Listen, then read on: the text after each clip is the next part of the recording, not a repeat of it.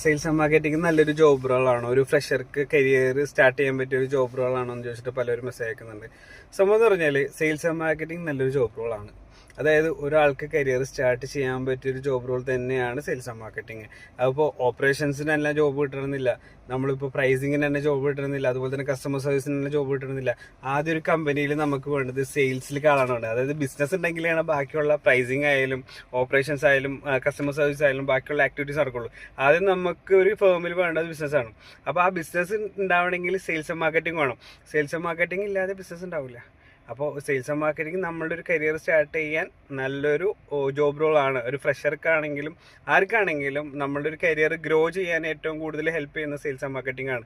അതുപോലെ തന്നെ നമ്മൾ ഈ സെയിൽസ് ആൻഡ് മാർക്കറ്റിങ്ങിലോട്ട് ഇറങ്ങുമ്പോൾ ശ്രദ്ധിക്കേണ്ട കാര്യങ്ങൾ എന്ന് പറഞ്ഞു കഴിഞ്ഞാൽ, നമ്മൾ ഏത് സർവീസാണോ നോക്കുന്നത് ആ സർവീസിനെ കുറിച്ച് നല്ല രീതിയിലുള്ള നോളജ് ഉണ്ടെങ്കിൽ മാത്രമേ സെയിൽസ് ആൻഡ് മാർക്കറ്റിങ്ങിലോട്ട് ഇറങ്ങിയിട്ട് കാര്യമുള്ളൂ.